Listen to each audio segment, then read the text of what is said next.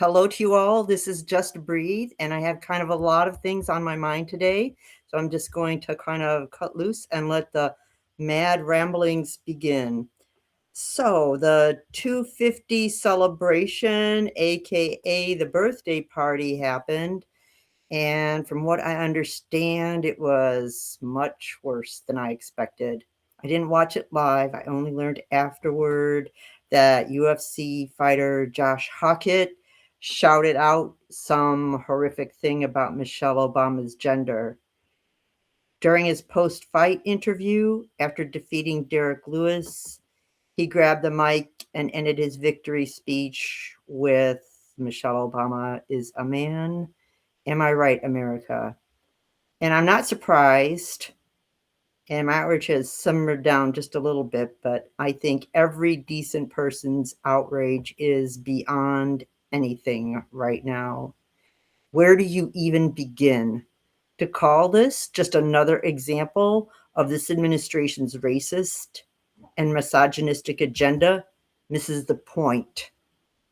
Saying that on the South Lawn of the White House with no pushback from the White House at all is tantamount to a policy position.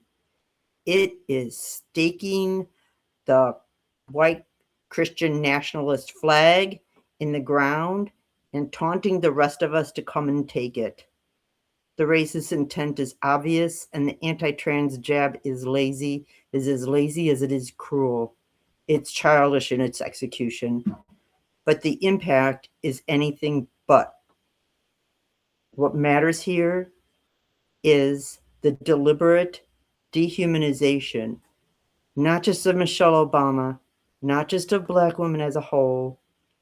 It is a return to Confederate values and ways of thinking.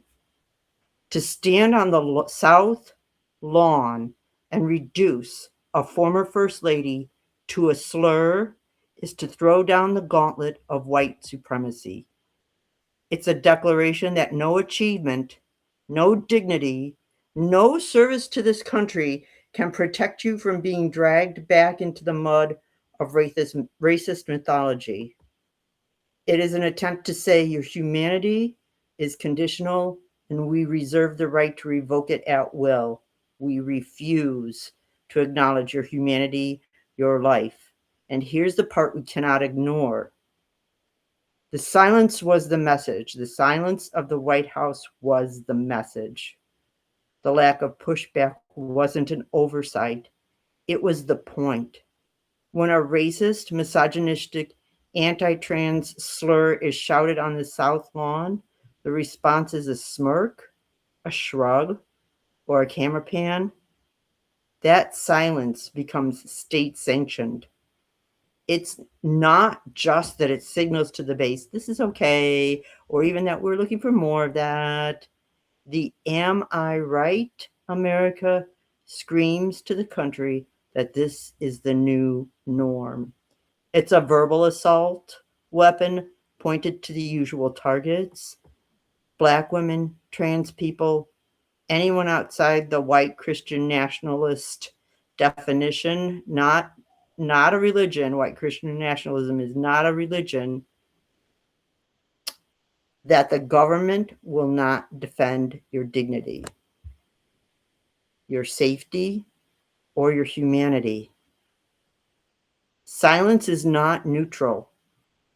Silence is an endorsement. Silence is a policy.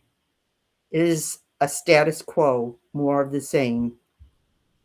And you can see that. You can see that even if you just shift your attention to the Kennedy Center Memorial for the Arts.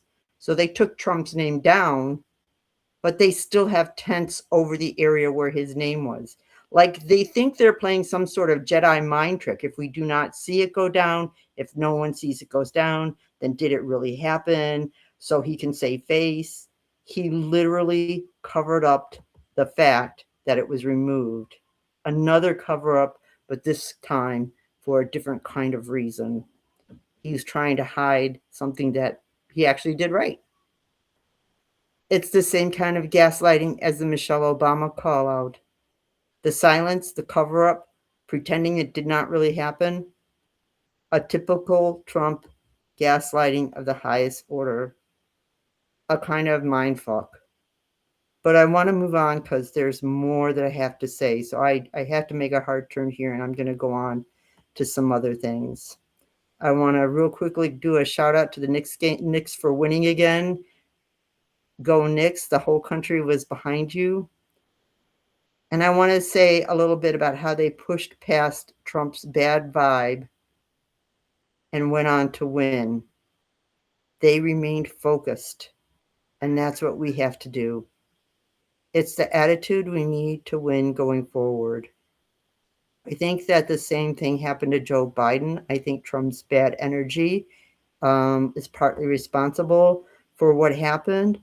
Biden lost his focus during the debate, but it was almost inexplicable because the next day, the very next day, he delivered a strong, energetic, mistake-free speech at a rally in Raleigh, North Carolina. And over time, Biden may have slowed and wandered a bit. But on his worst day, he respected American values. His tension was always and only on do the right thing by the American people. And that contrast really matters because Biden was trying to govern within the guardrails of democracy. Merrick Garland was trying to protect norms that no longer existed. Sorry, I have a million animals. And we need to talk about that. We need to talk about how the Biden administration underestimated the depth of the threat, how Garland missed the moment, how the desire to appear neutral allowed extremism to metastasize. Did Biden's administration put the bad guys in jail? No. Should he have broken with norms and put some sort of pressure on Merrick Garland? Yes. Yes, because the silence was complicity, intended or unintended. And here's how he could have done it. He could have simply said, some things are greater than playing by rules.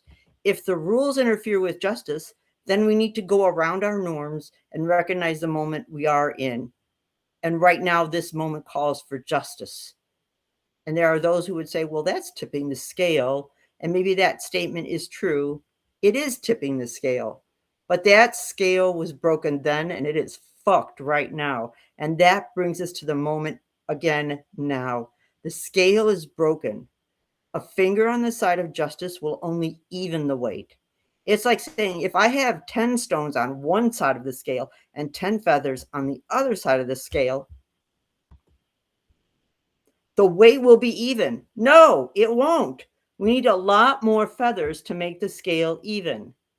Right now, both Democrats and Republican parties are full of fishers, holes, and chips.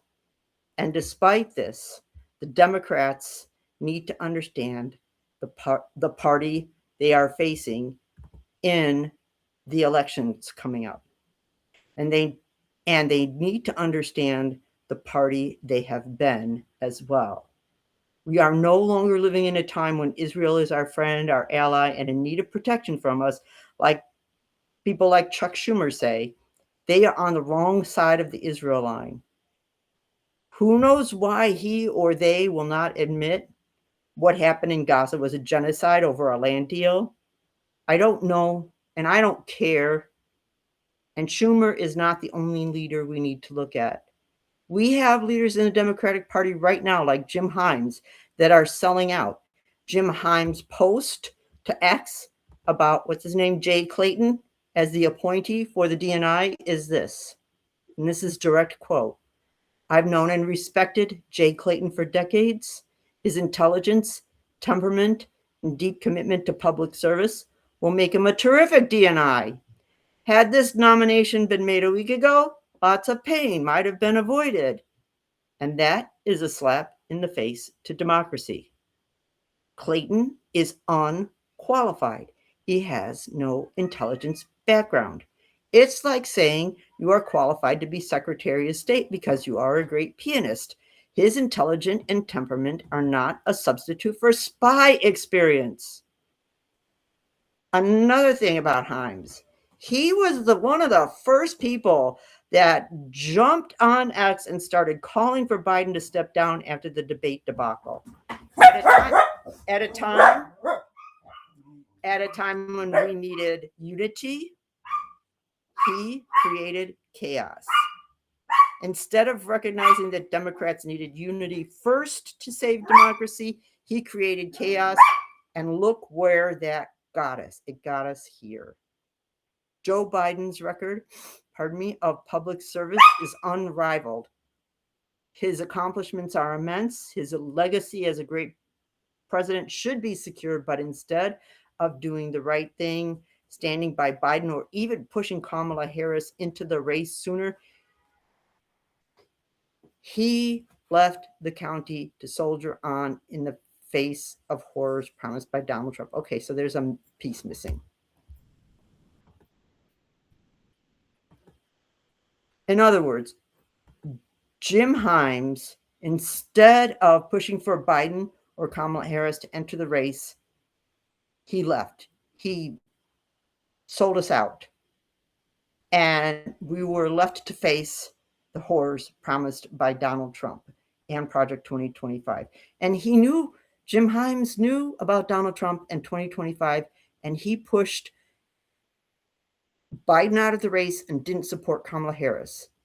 It was not a mistake. He helped organize a demise.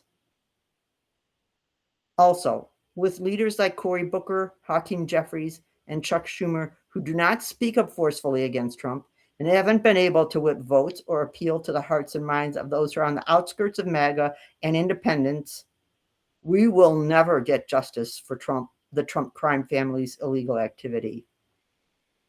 All of this is to say that not all Democrats are playing by the rules of saving democracy. Some are not playing by rules that will lead to progress. They are playing by rules that will line their pockets. They have made their choices. Dementia Dawn got as far as he did because people bought the hype. People made leaders afraid of voting against them. People put money in the pockets for standing with Trump and his agenda, and it was a lot of money. From the wealthy and the everyday man, both. Now, Republicans have enough of other people's money to create grift machines and use the White House as a laundromat. If the Democrats think they are going to take back the House, meaning get people to vote for them, two things need to happen. And they might sound contradictory. Voters need to understand that the perfect is not the enemy of the necessary. They need to choose candidates that will make tough choices needed to fight for democracy. And you might say, wait, those two sentences sound like they're in opposition to each other. And my answer is that they are complementary, opposite sides of the same coin. Let's take a look at someone who has been in the news a lot lately, Graham Plattner. Just to level set, this is a man born and raised in Maine, now running for senator against Susan Collins. This is a man who served in the military on and off for decades and left the military because he was disillusioned with government contract system. He worked in the State Department security as a National Guard, then became an oyster farmer in 2020, also becoming active in local politics. He got married and announced his bid for senator in 2025.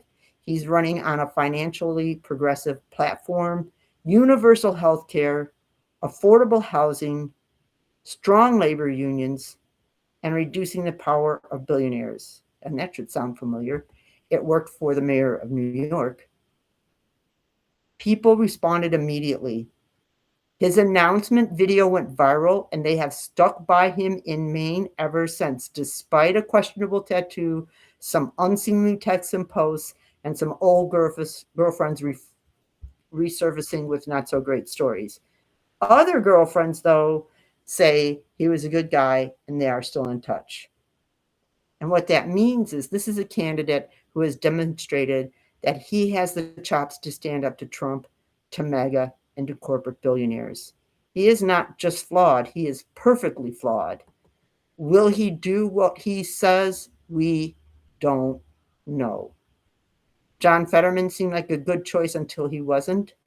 But Maine made a choice based on the present moment and made a calculation that sometimes you need someone who will be tough enough to stand up to the bully.